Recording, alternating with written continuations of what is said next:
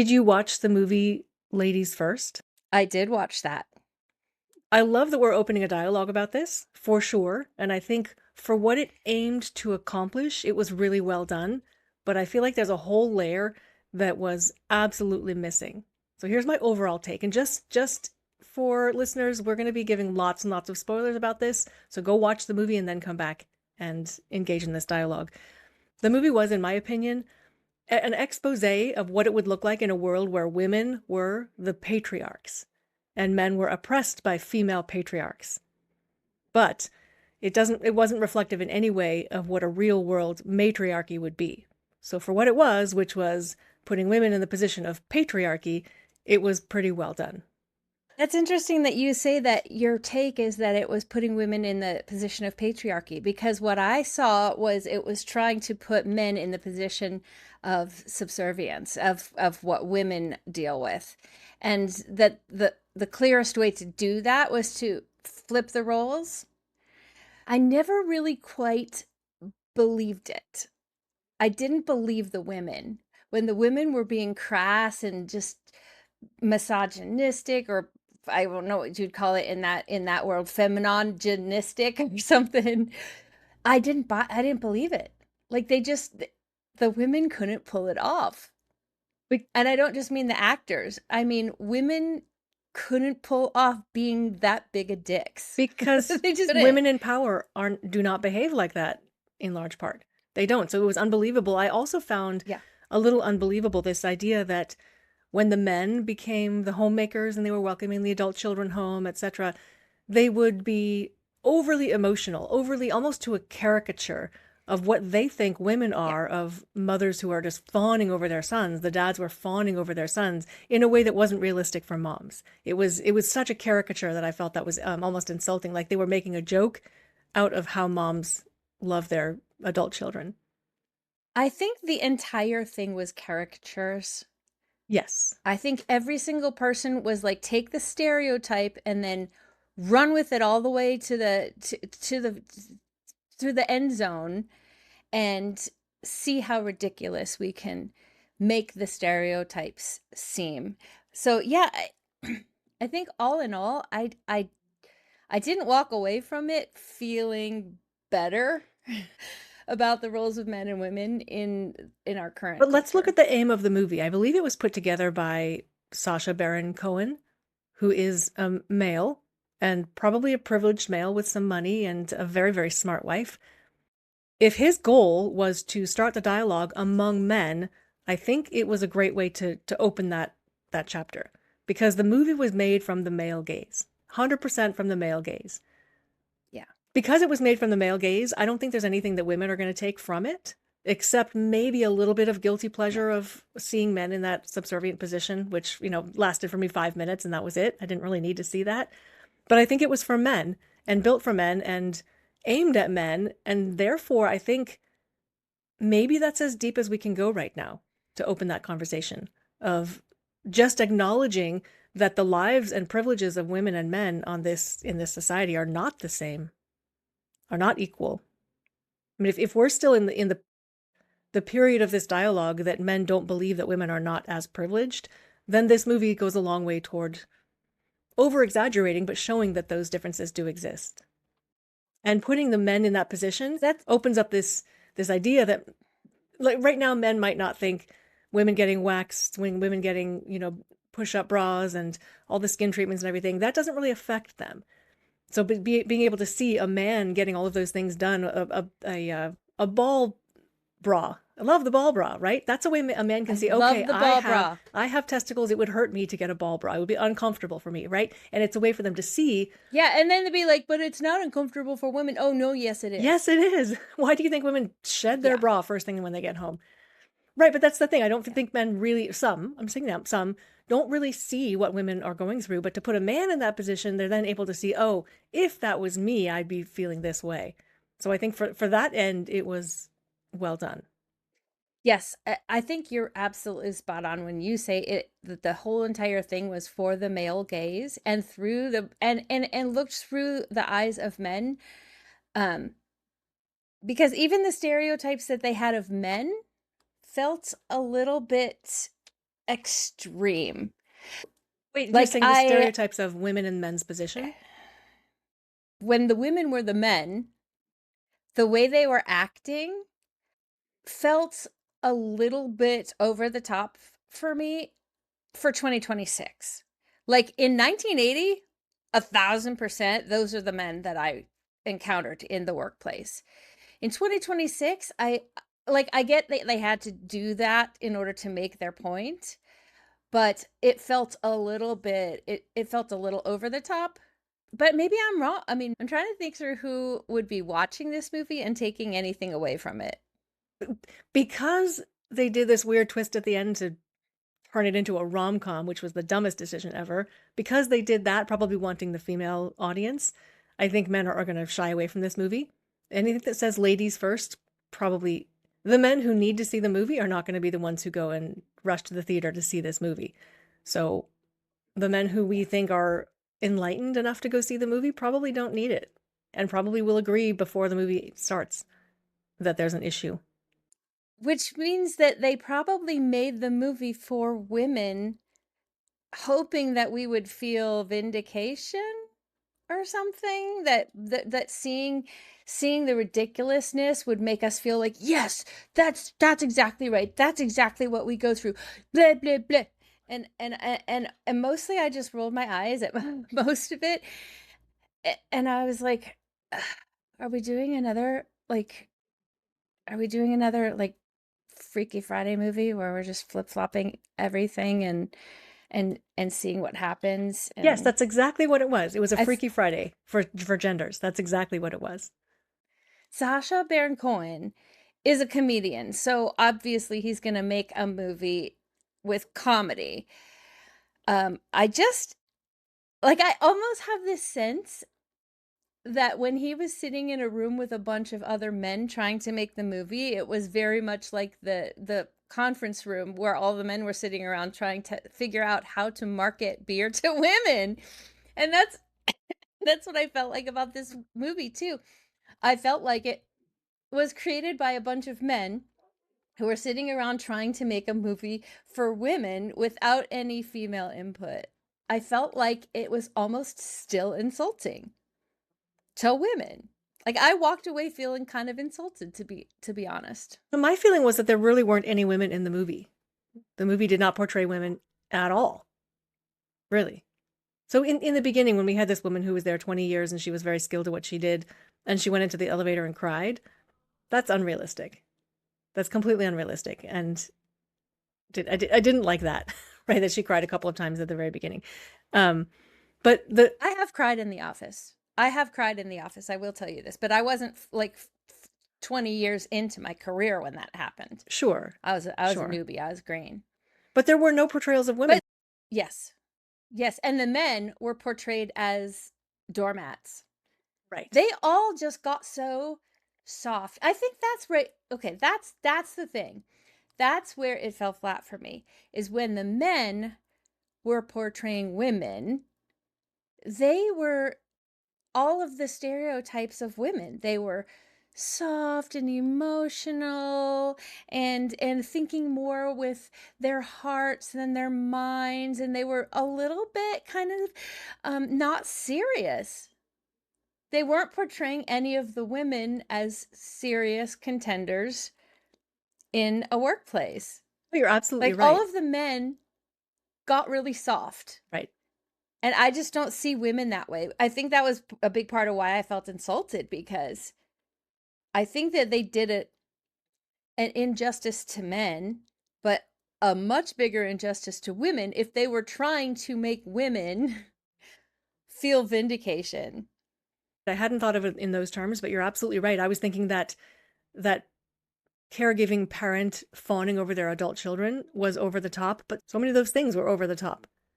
The emotions, the dressing like they think women in charge would want men to dress in the jodhpurs or whatever, the cardigan, sweater, all these things, and then them sort of cowering away from the main office to support each other outside and say, look, don't act that way in front of the big boss woman. We got to act a different way here. That women don't really do that in real life. The one exception, though, which I'm very bothered by this, and the more I the more I think about it, the more it is a dichotomy between the insult of most of the men behaving like women, insulting women. But the one exception was Damien having zero consequences of behaving the way that he did to try to get that CEO position. A woman who was behaving like Damien behaved around a man and men in charge would have had consequences to her career, to her reputation, to her value to that company in a way that he never had. He, playing as a woman or as the Well, oppressed, never had and even consequences. when and even when the woman who was portraying the man, when she had sex with her subordinate, she was going to get in trouble for that in a way that the male Damien in the male role was not going to ever have to pay for. But did he have sex with his subordinates or only other women? He was very flirty, but I don't think he abused his power. But see, here's the Let's hope unrealistic part. not. She Let's would hope not not. have done that. She, as a woman being in the patriarchy, even a woman in the patriarchy, would never do that because there's significant consequences. Even as a woman in a patriarchal society, even as a woman in charge in a patriarchy, there's consequences to sleeping with your subordinate. And those would have gotten her right away. And did you Yeah. notice what got him the CEO-ship was that she, even as the head of the company, even as the CEO, she had to go deal with her kids. And that never would have been the case for a male CEO. I did notice that. I did notice that. Yes, the man wouldn't have answered the phone. Right, or his secretary would have, or Would they would not have have sent a answered a nanny. phone. Part of why I didn't believe it was because of some of those things that they just missed. Like if they really were portraying that guy would not have picked up his phone, and he certainly would not have left the meeting. Although I will give him one thing. He, in that role, that CEO knew that they were going to become the CEO regardless. So it was really low stakes for them. But they So didn't. even if they had answered She the didn't. phone for their kid, no, she did. When she was him and they were at the whatever at the mansion, and she picked up the phone for her kid and left the thing to take care of a child, which I don't think the man would do. But had he done that, if it had been a man in that role, that man already knew, that person already knew that they were going to be the CEO no matter what, and that and delighted in watching Damien squirm and effort, put in effort and try and scratch and claw their way to what was never going to be anything. But he did end up as CEO in the end. So, How did they make that flip that all of a sudden, if you're saying that she as the CEO was enjoying him fighting and fighting and fighting for something he was never going to yeah, get, and then in 10 minutes in the movie he got it. He became CEO. but she did get it. He did for a The only while. reason she was about to lose it was because of the sexual Right. impropriety. So she got it off right off the bat. So leaving the party was not going to affect her career because at that point it was already a done So deal. And that's why I say like all that whole time that they were at that mansion, she just could enjoy watching him squirm because she knew he was never going to get it. I felt like that was probably one of the most real pieces of the whole movie, was that women can fight and beg and plead and scratch and claw and tooth and nail to get somewhere, and the men on the other side can just watch and enjoy it knowing that it's really not going to get a woman the anywhere. women are humored. That was the most real part of the movie for me, was just watching how much they enjoyed watching that person suffer, knowing that it wasn't going to get them anywhere. That's so sad. So on that note though, I disagree about a male CEO leaving because they know they've got the job. Maybe they knew they had the job. Maybe they were enjoying watching the Damien squirm and claw and try to get as much as possible. I don't think that CEO ever would have left that meeting under any circumstances. I've been in corporate America so much. I was Yeah. with an employee once someone that I knew, who was on an 8-hour meeting. It was an offsite and she couldn't make it. And so she was on this meeting and the big boss said, you can't be off camera, which to me means you put your camera on. And then if you have to go to the bathroom or whatever you have to do for 10 minutes, you turn your camera off and you go do the thing and you come back. That's what that means to me in an 8-hour meeting. But this person was so self-important, they took their laptop to the bathroom and was doing a sort of this kind of thing, going to the bathroom on mute, but going to the bathroom, but having their face on, because you just don't leave a meeting when you're told not to leave a meeting, or when you think you're not supposed to leave a meeting. It's this corporate America has a big sense of importance, that if you're not there, the whole thing's either going to fall apart or you're going to lose your job because you took 5 minutes to go to the bathroom. That really was the attitude that I grew up with in corporate America. So to leave because your kid chipped a tooth, first of all, you're right, they wouldn't have picked up the phone. Yeah, But that would second, they happen. wouldn't have left that meeting, even if they were confident that was their job. They were at an offsite. They were with the board. That would have happened in my experience. No, absolutely. And they have their whole life structured so that they don't have to leave the meeting. Right. Right. When you're a CEO, that's the one thing that you do, and then you squeeze everything else into it. I don't like that for either gender. I don't like that. I don't like it. I don't like it. Anyway, that's part of probably why I didn't like I didn't really enjoy my time at this movie, because it was layered. The gender issues were layered with the capitalism issues, with the workaholism issues. Um, but certainly the gender issues were front and So there were center. two things in the movie that I did enjoy, and this was sort of the guilty pleasure of saying, oh, okay, yeah, that's familiar to me. One of them was right after Damien hits his head and wakes up in the new world, all of the ads were splashes of naked men with things covering their penis, right? Because in our world right now, we don't even Yeah. notice how much there are naked women everywhere. And that they're trying to sell products based on the bodies of women, airbrushed bodies of women. And to put men in that position, it just made me feel a little bit, wouldn't even say vindicated, but I felt a little bit seen because it's all over the place. And to have the men naked all over the place was kind of, yeah, that's what would happen. It's not what would happen because women would never sexualize men that way, but in a complete reversal of patriarchy, reversing the genders, that's exactly what would happen. So I'm hoping that men could see that and say, oh yeah, this is exploitation of male bodies. The second thing that I really enjoyed was in the boardroom when the women wouldn't let Damien talk.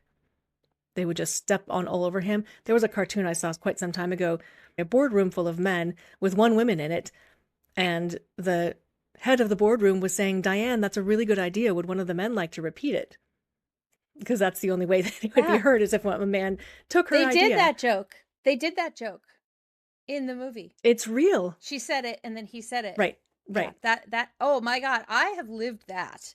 I have lived that. It wasn't as obvious in my life. Those experiences weren't as obvious as like 3 seconds later, but it would be, we would have a meeting and I would discuss kind of my ideas, and then we would go away, and then we would come back to the next meeting, and then that other person would discuss the exact same thing I had just said, and then we're like, oh yeah, oh, that's a great idea. Right. I found that very familiar. Yeah. Right. Let me tell you one other thing that I didn't appreciate was when he was expected to go over to her house and perform sexual acts for her. There was no, it was too funny. It was too much like, oh my God, are you gonna really make me do this?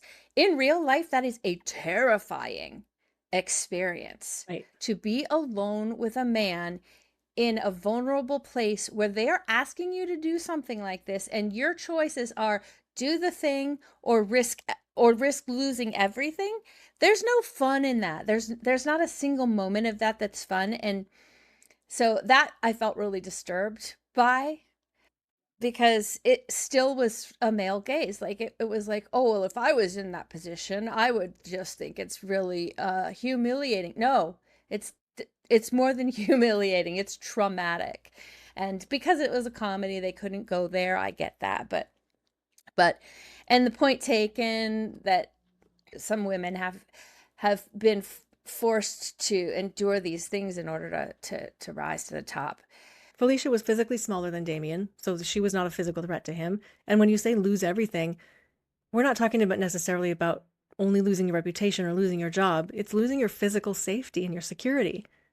And that's a Oh huge yeah. deal. And he was never under any risk for any of that. Just like when I said earlier, he was never under any consequence and never subject to any consequence for his behavior as the subject of patriarchy. He never was. So yes, when I saw that scene, And of course I knew that scene was coming up. What I thought they were going to do was that she would somehow force him to wash the dishes, rub her feet, change the diaper, and all that kind of stuff that actually would be the reversal of what matriarchy would expect men to do if they were in a position of power over men. I do think that they wanted to try to portray how disgusting it is, though, Okay. but it was just too funny. Yeah. It wasn't funny. What I mean is they were trying to make comedy from Well, it. chaps in a cowboy hat, Um, that's that's an attempt at comedy. There are a couple other things that were completely implausible. The end of the movie, completely implausible.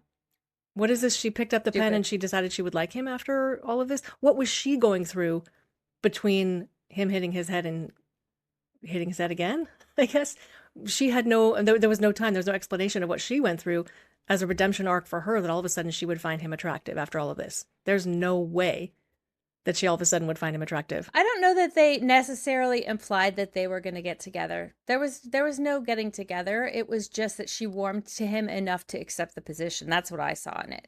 But Mm. still completely implausible ending. Completely Well, she picked up implausible. the pen. But I didn't find it. She picked up the pen like there was something in her stirred. Yeah. Yes. I just didn't think romance was the thing that stirred in her. I felt like they were trying to imply it more as a kind of a connection, like, okay, you're coming to me with an offering, and that pen then gave her the opportunity to say, okay, maybe I'll give you a second chance. Yeah, I'll take it as that. That's all I saw, because otherwise I think that they would have done a lot more with like in the post movie where they were just showing her rise to the top. There wasn't really an implication of her being them being together. Did you interpret their hookup in the women on charge world as romantic?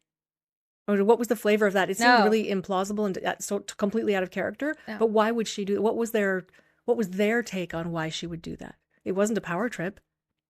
She wasn't attracted to him. He wasn't valuable to her as a partner. What was her motivation? It was just sex. Just sex. That's the motivation. It's just sex. Had to be no, there didn't have to be an attraction, there didn't have to be a long-term takeaway. I think a lot of infidelity is just men just need to have sex. And then That's and then they can use that as their excuse. but a woman would Like, I just got to get off from time to time. fine. I have no problem with that, right? But a woman in charge would make smarter choices if she just wanted to have sex. She would make smarter choices than him. That's fair, but they weren't trying to make a world in which women were women on top. They were making a world in which women were men on top. Right. Right, exactly. But I don't think they achieved that with her sleeping with him because a man would have been more dominant or more. She seemed like she succumbed to his advances. When if it were a man in the man on top role, he would have been influential in making her do this. If he was directly her boss, it would have been a much different scenario, a different flavor. But again, maybe it's not Yeah, funny.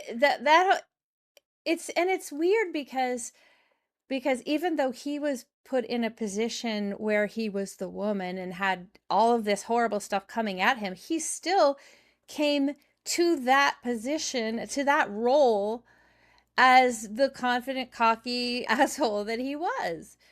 So he wouldn't come to that bedroom moment like fearful, or and this is why I think that they did it too, why the other scene with him in that not quite a bedroom moment was because he was not afraid of sex, because sex is not to men in the same way that it is to women, so he was still himself. And so that's why I think that's what I think they were trying to portray in the when they were doing the on who's on top thing, because he's like, I'm the dude, I'm going to be on top. And she's like, I'm the dude, I'm going to be on top. And then they kept fighting for it. And so that's where part of also where I think it fell down a lot, because he still could come to that role with all of the bravado and just brashness that he lived his other life in. Right. Like he still came to that role feeling like he could conquer this. And he did conquer it. And that's right there, I think, where you mentioned earlier was like completely off base. I I felt like, and I was thinking this to myself because you've said before that you love a movie with a redemption arc. Right. I thought that I get they had to do something to bring him back, but there's just no way. there's no He didn't way. grow as a There's no person. way He didn't grow as a person at that all. that guy would have ever, yes, would have ever come to any kind of growth or understanding or compassion or empathy. Like, there's no way that that dude could, even physically being put in the shoes of the woman, he still came at it from a male perspective. Like, I'm going to conquer this. And when I conquer this, things will go back to normal. And then the whole part where he was no longer a dick in his real life, no, would not have No, happened. no. Would never have happened. Like, I like, thank you for the effort, but No, behaving lies. like that got him exactly what he wanted. Lies. So, right, so this is another issue.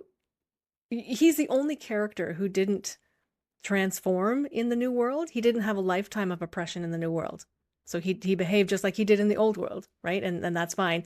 But Yeah. in the new world, And it worked for it him. worked for him because he didn't have that history of conditioning and all of this. But in that new Yeah. world, even if he had threatened the lawsuit and all of that stuff that happened, she might have gotten fired, but they would put another female CEO in. They wouldn't put in the person who was the victim of the sexual assault or No, whatever it is. They wouldn't do that. not at all. So that they No, it felt like the writers of this movie got to that point and they're like, "Oh shit, what do we do now? Like, right. how do we get him back into his real world? Oh, we'll just stick him in the CEO role because that's the way to get him back." You could do better. I think they could have You could do honestly better. left him there. They could have left him there. That would have been more satisfying. But not as the CEO. Yeah. Are you relating to and engaging with this content? Do you have a friend you think might enjoy it as well? Please invite them to listen. They could have left him there. That would have been more satisfying. But not as the CEO. Yeah. Because you're right, he didn't grow at all, really. He didn't No. learn No. much of He didn't anything. grow.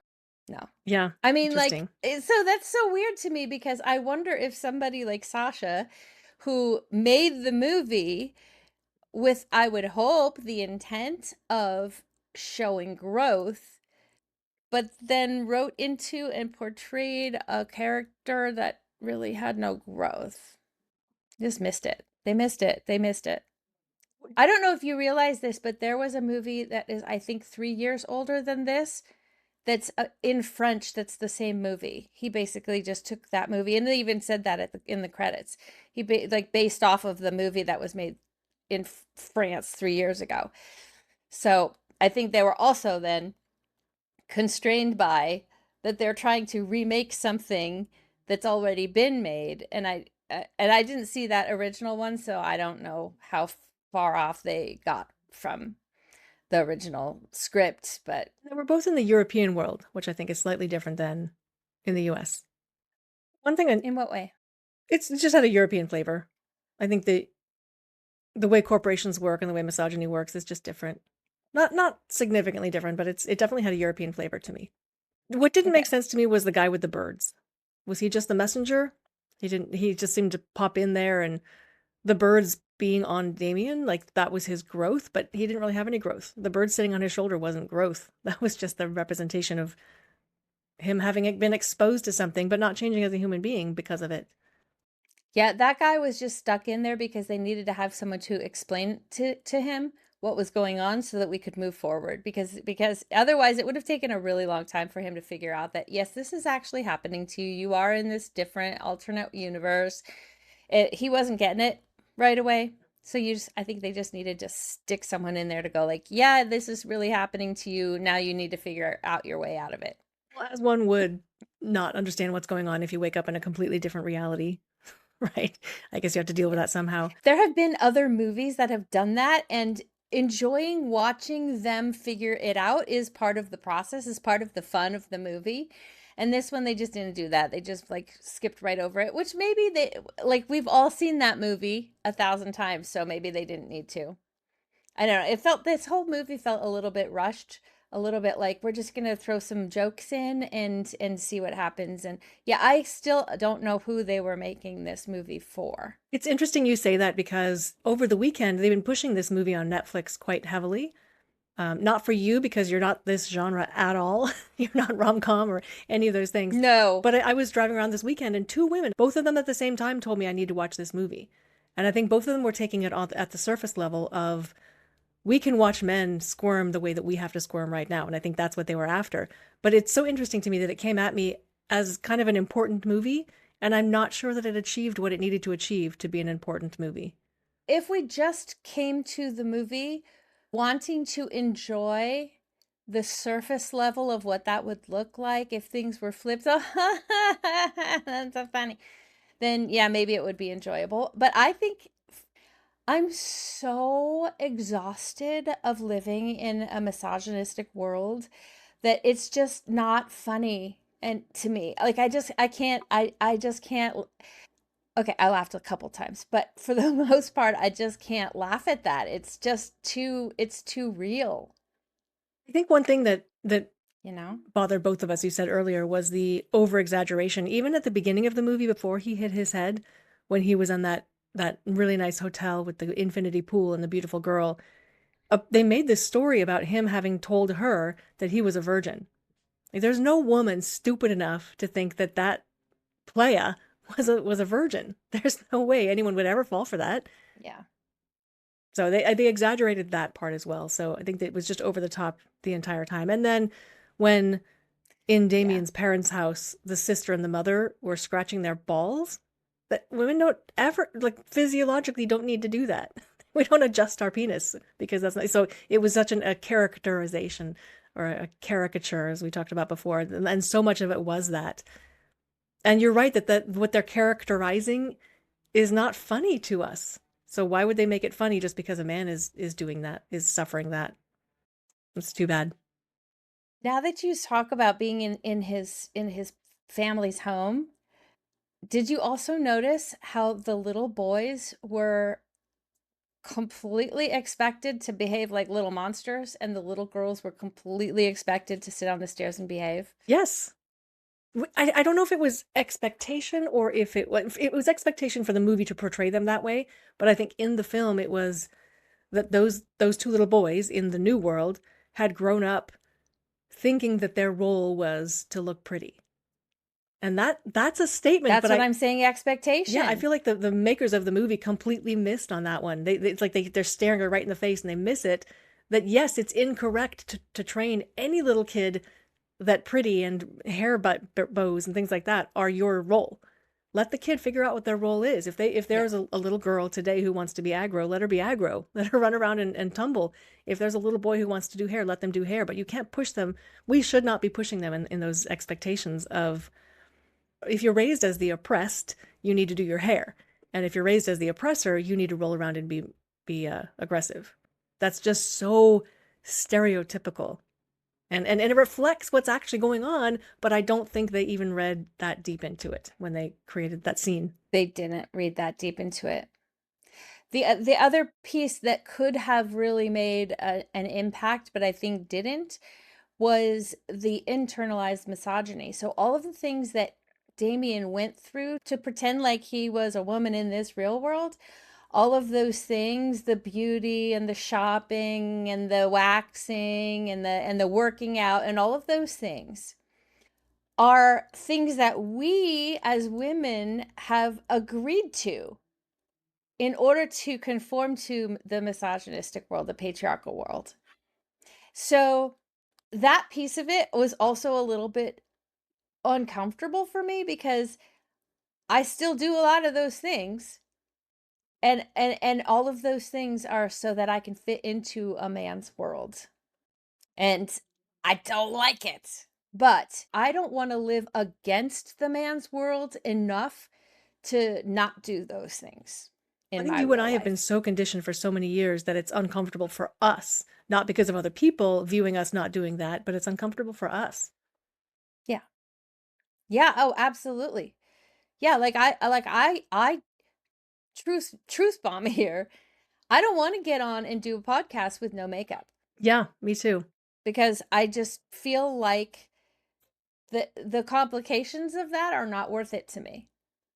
Even though I despise putting on makeup to do podcasts. And I'm really, really pissed that men don't have to put on makeup to do podcasts. Okay, don't even tell me, oh, but some of them do that. No, they don't do Right. this. They don't do all this.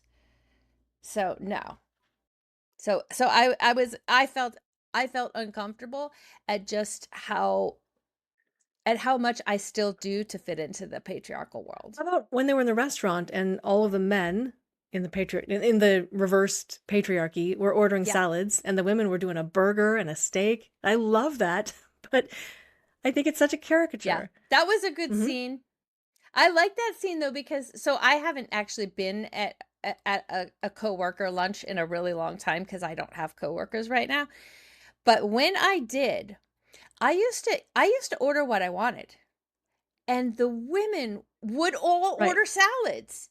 Like we would go to like Olive Garden or someplace that had pasta, and the men would order pasta and the women would order salads, and I would order pasta, and the women would comment on this to me. They would say, "Oh, that looks so good." And I'd be like, "Well, then why aren't you ordering one that's on the menu? It's not really a lot more expensive. I mean, I know why you're not ordering it, but it used to make me so mad because I was like, that was one of the things that I did when I was a teenager and a young 20s. I've restricted food a lot in those years, and I'm just never going to do that again. I'm never going back to intentional food restricting in a way that just feels like a vice on my heart all the time. I'm not going to do that. So if I'm going to go to Olive Garden, I'm going to get pasta. And that scene probably stuck with me because it was so real. It really was. And it's not really Yeah. necessarily right now the men who are judging what we're going to eat. It's other women who are judging what we're eating, what we're ordering. Another thing I wanted to address was the way that the men in the reverse patriarchy were dressing at the office. I thought that was a very subtle point, but I think that was definitely something that the men were dressing according to the female gaze. There was one guy who looked like a barista. He had a top bun. He had, I don't know what you would call them. Um, what are those shorts that go below the knee? Oh, like capris? Yeah, the capris, but they were really loose. Like it would have been a skirt, but it had a split in the middle, so it was pants. But it was definitely Yeah. what a Yeah. man would imagine a woman in charge would force a man to wear, right? So it was very layered, and not all the men had the same outfits on. And Mhm. there was the one man in the cardigan. That's certainly not what I think a man would think a woman in charge would make the man wear, right? But it was this weird. But he was older. The one with the cardigan was an older gentleman, and an older woman in the office isn't going to have to dress the same as a younger woman in the office is going to have to dress. Maybe, yeah, maybe that was it. There's a trend, I don't know remember what it's called, but it's young women dressing to go to the office in ways that are quite okay, I'm just going to say it cuz I'm trying to find the words and I'm not finding the words. Young women are dressing like I can't use the S word. I can't do it. I can't call it yeah, I can't even call them that even though that they're calling themselves these things. Okay. Shall we say revealing? What I'm trying to say is there's a whole trend of women dressing quite provocatively to go to the office, intentionally dressing that way in the office because they want to be the person in the office that receives all the attention.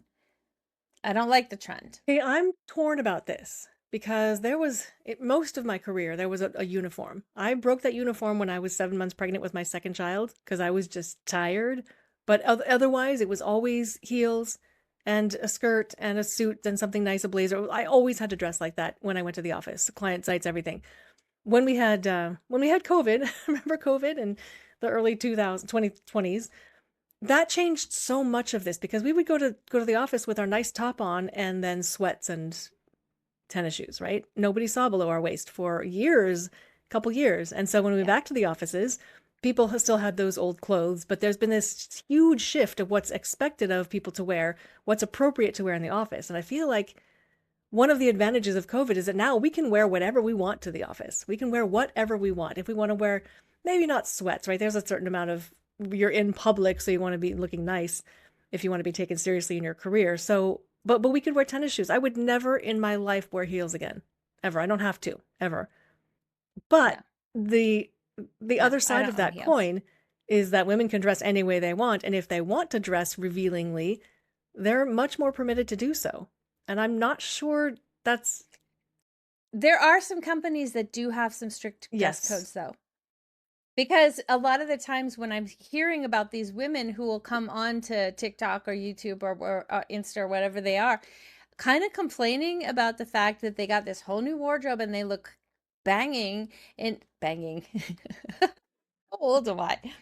They look spectacular in these outfits, and then they're told, no, you need to put a little more clothing on in order to work in the office, and then they're all mad about I it. think it's really nuanced though, because Like, I don't know, I'm sort of yeah, they torn. should be. Like, because I feel like I don't think that women should have to bear the burden of being the ones who are responsible for the way that other people in the office respond. And at the same time, I personally would choose to come to that sort of setting with a little bit more respect for the setting.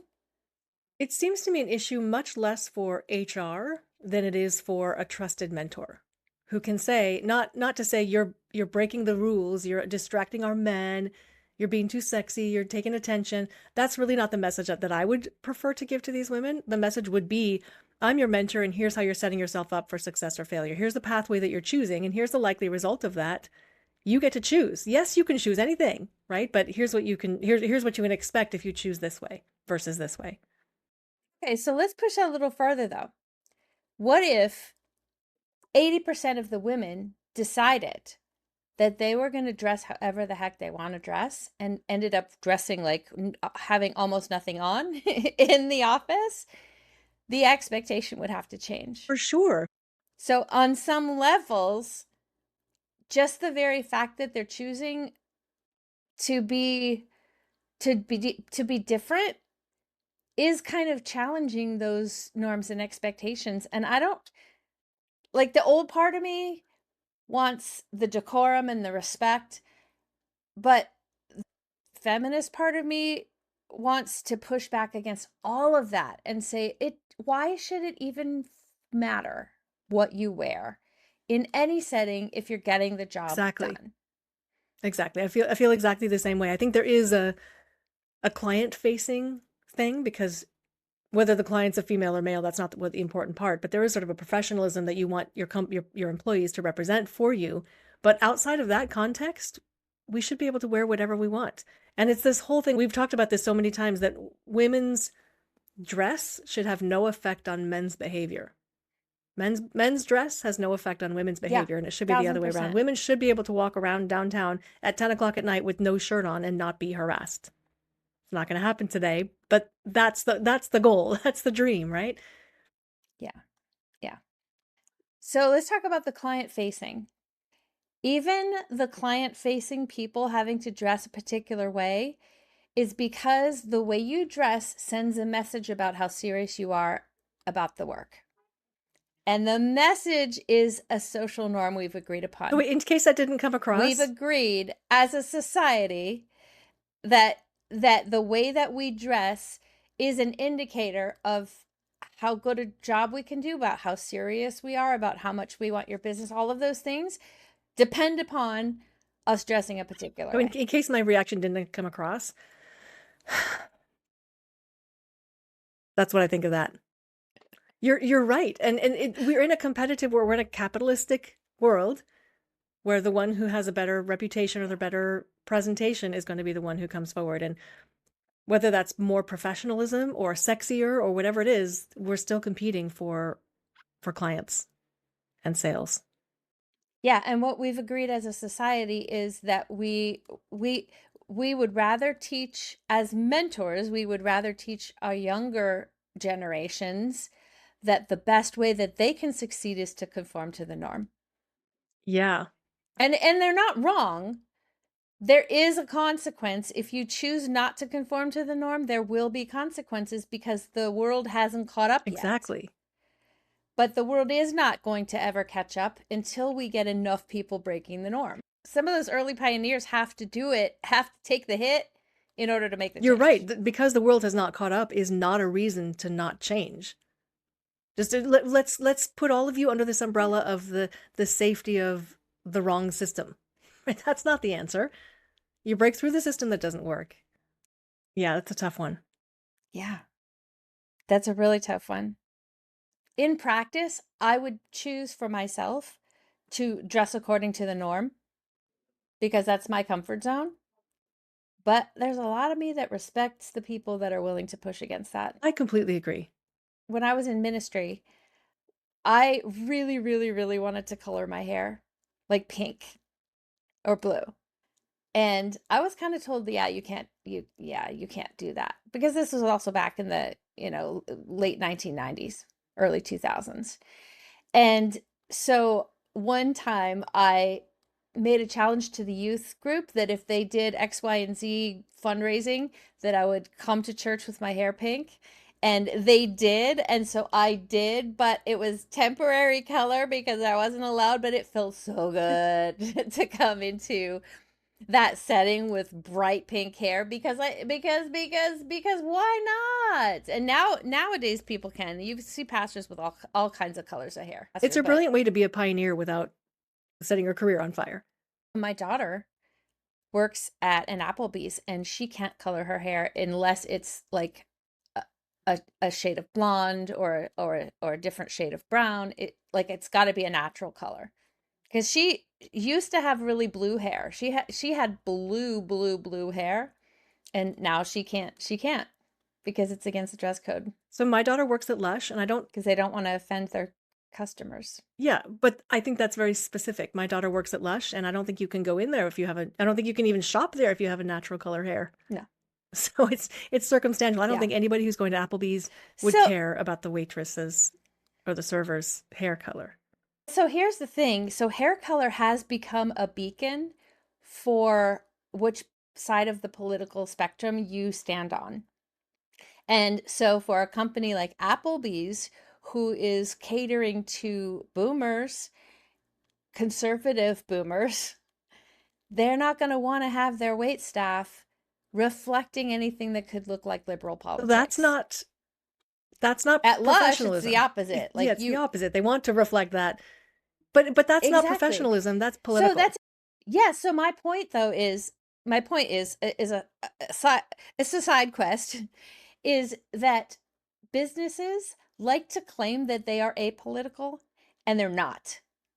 They're not. And they like to claim they're apolitical when being apolitical is good for business. Yes.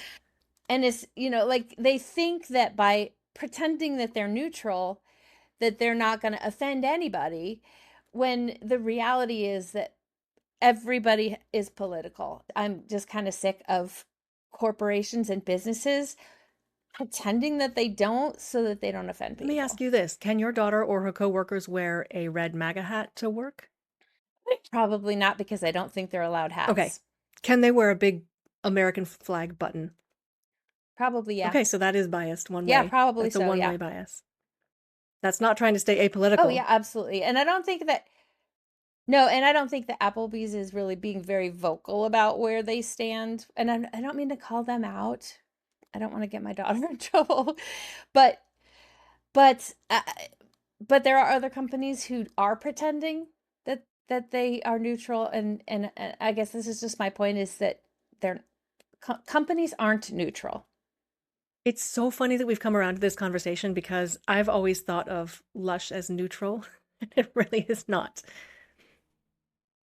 It's not. No. No, girl, it's not. Like, I'm trying to No. imagine what would happen if Mm-mm. a guy in a MAGA hat walked into a Lush store. He would probably feel very um out of place. Very Yeah. out of place. Yeah, But I don't think they would absolutely run they him would. down Yeah. or harass him or make him leave. I don't think that's the way that they would behave. No. No, because we're the grown-ups in the room. I'm just saying. Yeah.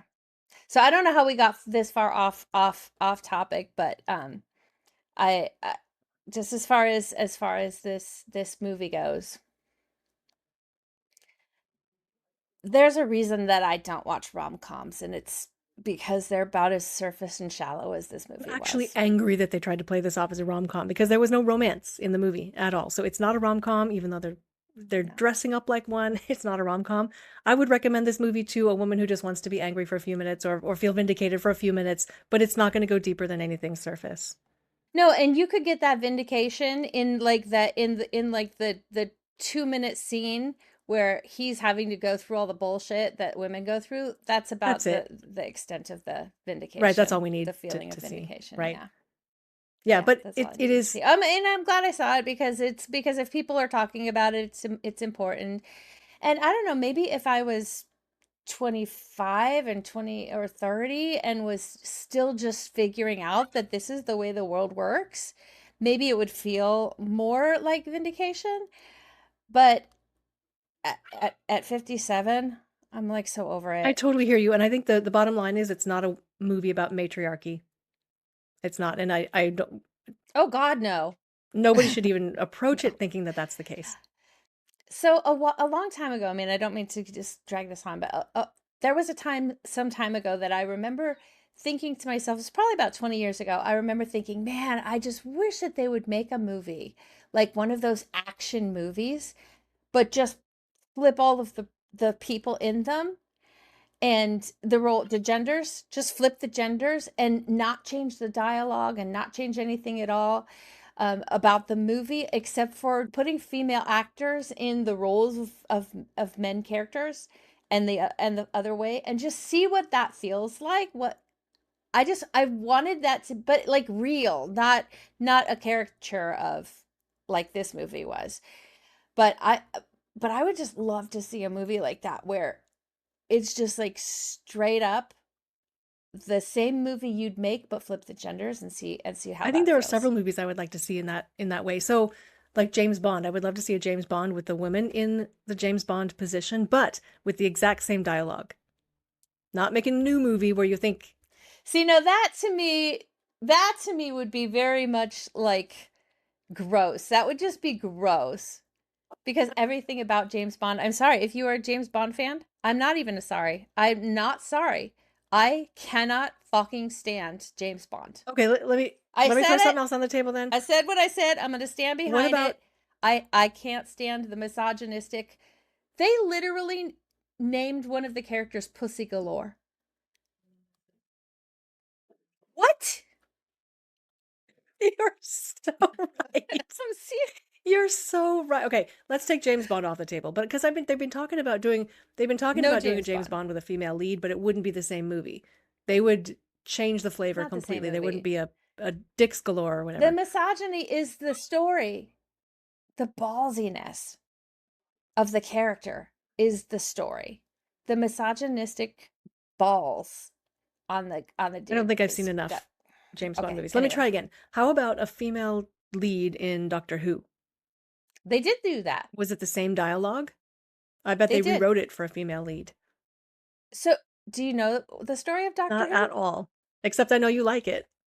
Oh my God. Okay, girl. So, literally, the doctor, every so often, because he's a Time Lord, so he is eternal, every so often he has to shed his current body and then a new one grows.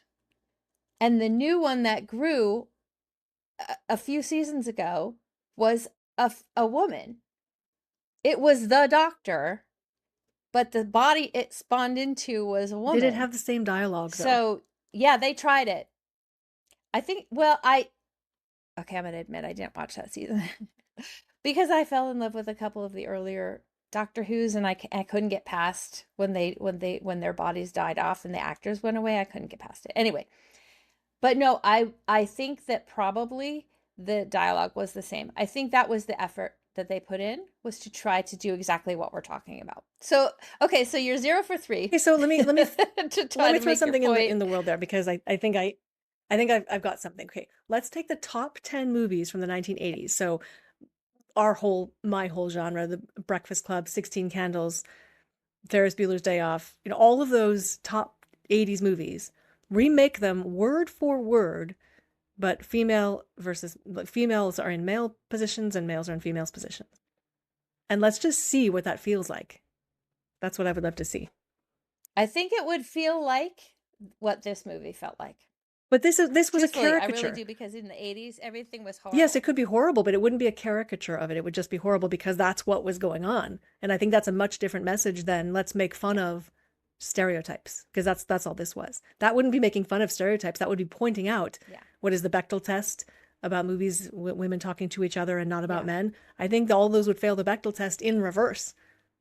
So Sacha Baron Cohen, make all the 80s movies absolutely. Again, exactly word for word, shot by shot, with I feel genders like reversed. that's what he thought he was doing, but it just didn't.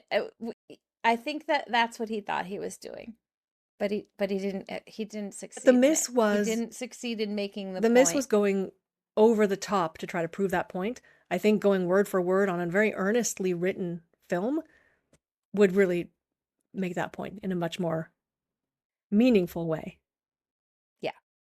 Yeah. I don't think I want to see those movies.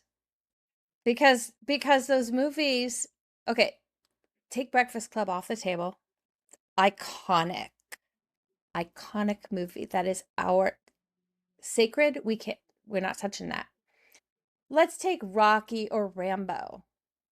I don't want to see those movies with either gender playing those roles.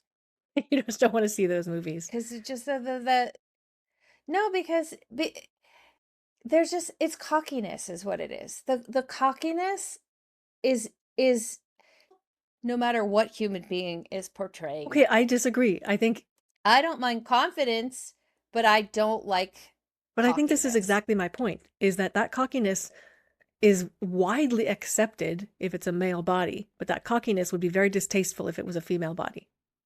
That's my whole point. Yeah, no, you're right. No, I get your point. And those films wouldn't work because it's not what women behave like. No, it isn't. It isn't, and it wouldn't be. And it wouldn't be. So, yeah, okay. I can't really recommend that people invest an hour and a half of their time on this movie. Well, if they've made it this far, they've already seen the movie. If you want to go see it so you know what, I mean, if you want to see it so you know what we're talking about, go or if you've just listened to this podcast, you've gotten 90% of the movie. That's it.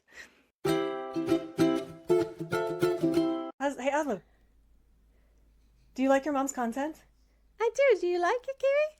I really do. I like my mom's content. It's amazing. Hey, like and subscribe, please. Like and subscribe.